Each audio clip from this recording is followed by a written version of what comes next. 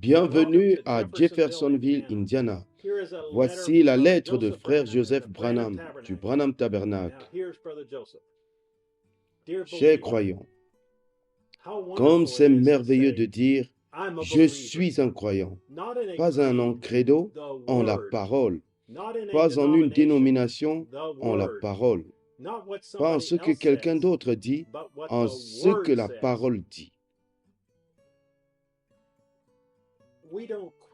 Nous ne méritons rien en doute, nous y croyons tout simplement, sans nous soucier des apparences ni de ce que les autres ont à dire là-dessus. Nous sommes un véritable croyant. Nous avons une révélation spirituelle de la parole. Nous voyons l'heure où nous vivons. Nous voyons le message de l'heure. Nous voyons le messager de l'heure. Nous voyons Dieu se révéler dans sa parole. Nous voyons qu'il n'y a rien d'autre que ce message, ce messager, cette parole. Le vrai croyant n'écoute rien d'autre que la parole. Un point, c'est tout. Il a l'œil sur la parole. Il ne cherche pas de faille. Il ne cherche pas de combine. Il croit Dieu et c'est réglé. Et il continue à avancer. Voyez, voilà le croyant. Nous ne pouvons écouter rien d'autre que la parole qui vient seulement au prophète. Pas de faille, pas l'interprétation de quelqu'un. La parole pure qui a été prononcée et placée sur les bandes pour l'épouse. L'Esprit a vivifié la parole en nous et elle a pris vie. Par la foi, nous le voyons et nous le croyons. Il viendra du ciel un bruit et l'épouse sera remplie d'un puissant baptême du Saint-Esprit qui nous enlèvera de la terre par la grâce de l'enlèvement. Dieu l'a promis. Nous sommes mis à l'épreuve tout le temps. Chaque jour, Satan essaye de nous dire que nos tests et nos épreuves, c'est Dieu qui nous punit. Mais que Dieu soit loué, il n'en est rien. Ça vient de Satan et Dieu permet cela. Dieu nous forme et nous façonne pour voir ce que nous allons faire. L'épreuve vient nous secouer, nous faire toucher le fond, pour voir quelle position nous allons prendre. Mais nous vainquons chaque bataille, car nous sommes des modèles vivants, par la parole de Dieu vit en nous et par nous.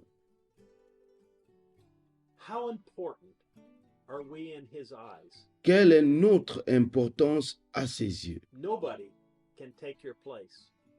Personne ne peut prendre votre place. Si petite soit-elle, vous dites, je ne suis qu'une ménagère. Personne ne peut prendre votre place. Dieu, dans sa grande économie, a si bien coordonné le corps de Christ que personne ne peut prendre votre place. C'est merveilleux, n'est-ce pas? Chacun de nous a une place. Chacun de nous était ici quand Dieu a créé le monde par la parole. C'est à ce moment-là qu'il a placé notre corps ici. Dieu nous a placés sur terre en ce temps-ci pour accomplir sa parole et nous donner la vie éternelle. Tout le monde doit prendre une décision. Quelle est votre position sur cette parole, ce message, ce messager? Combien est-ce important d'écouter la parole qui est prononcée sur les bandes? Ces bandes circulent dans toutes les parties du monde grâce au ministère des bandes. C'est un ministère des bandes envoyé de Dieu à son épouse partout dans le monde. Cela vous dit exactement où vous en êtes, qui vous êtes et si vous êtes un croyant de la parole.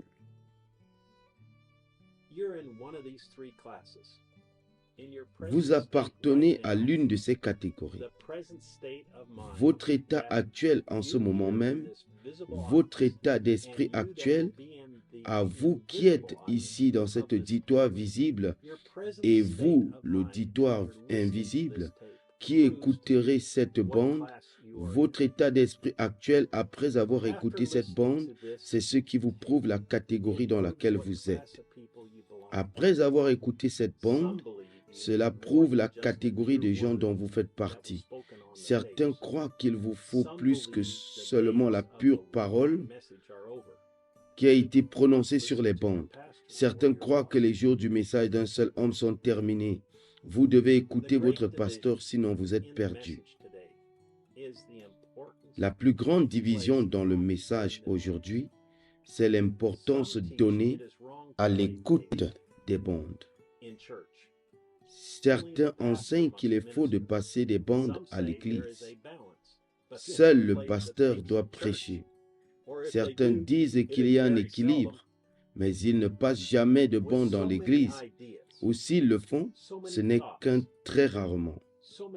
Avec autant d'idées, autant de pensées, autant d'interprétations de la parole, qui a raison? Qui devriez-vous croire? C'est la question que chacun de nous doit se poser. Le prophète nous a dit de vérifier cela par la parole, pas parce que qui que ce soit dit. Comment faites-vous cela? Il n'y a qu'une seule manière de faire cela. Appuyez sur lecture. Il faut qu'il y ait une réponse juste, une manière juste. Chaque personne doit décider pour elle-même. Ce dimanche déterminera le futur de ceux qui écoutent ce message. Voici quelque chose que vous devriez vous demander. Qui est la seule personne avec l'Ainsi dit le Seigneur? Qui la colonne de feu a-t-elle confirmé? Qui nous présentera à Jésus? Qui a prononcé la parole d'infaillibilité? De qui les paroles prononcées sur terre étaient-elles si importantes qu'elles ont retenti dans le ciel? Si vous désirez recevoir les bonnes réponses, j'aimerais vous inviter ce dimanche à midi, heure de Jeffersonville, à venir écouter le message 6311-24E. 3 sortes de croyants. Frère Joseph Branham. Passage des Écritures à lire avant la réunion. Saint Jean chapitre 6, versets 60 à 71. Ceci conclut la lettre de frère Joseph Branham, Jeffersonville, Indiana. Que Dieu vous bénisse. Shalom. www.branhamtabernacle.org www.svfellowship.info